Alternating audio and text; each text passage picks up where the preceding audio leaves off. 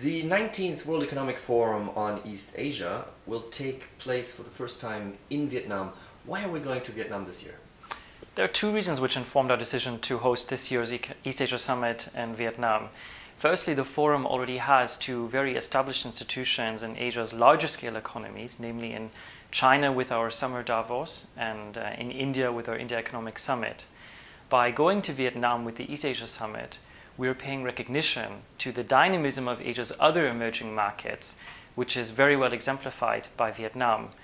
In the past years, Vietnam has consistently been amongst the fastest growing economies in the world.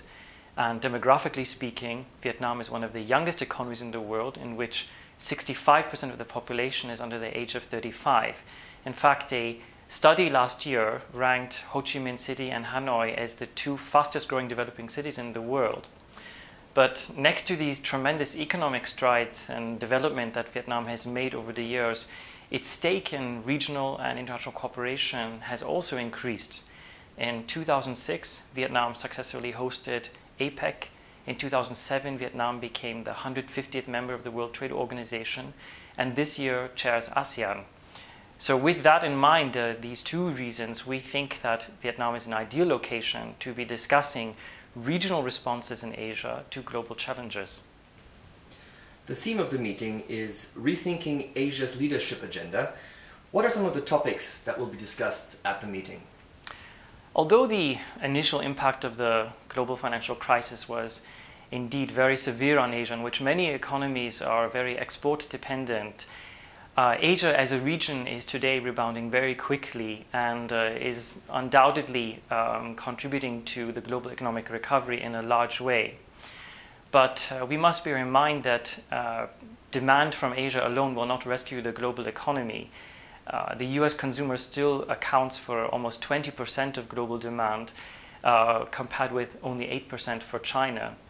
And another factor is, of course, the fact that the global economic recovery is still more policy-induced and not necessarily driven by private sector demand. Also, the various global challenges highlight the complexity and the interconnectedness of global risks in the world today, which require greater coordination and collaboration with leaders from industry, from government, and from civil society.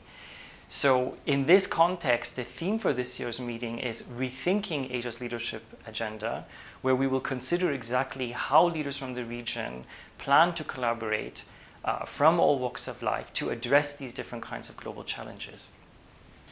Who are some of the participants that will be coming to Ho Chi Minh City?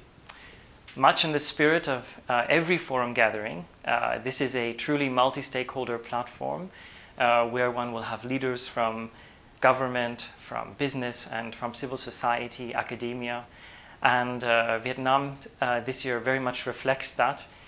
We're pleased to announce the participation of both the President and the Prime Minister of Vietnam, as well as 4 heads of state from other ASEAN countries and 4 deputy prime ministers. International organizations such as IMF, the World Bank, and the WTO are also very well represented at this year's meeting. And of course, our core community business, we have over 400 top industry decision makers from over 40 different countries. What do you hope to achieve with this meeting?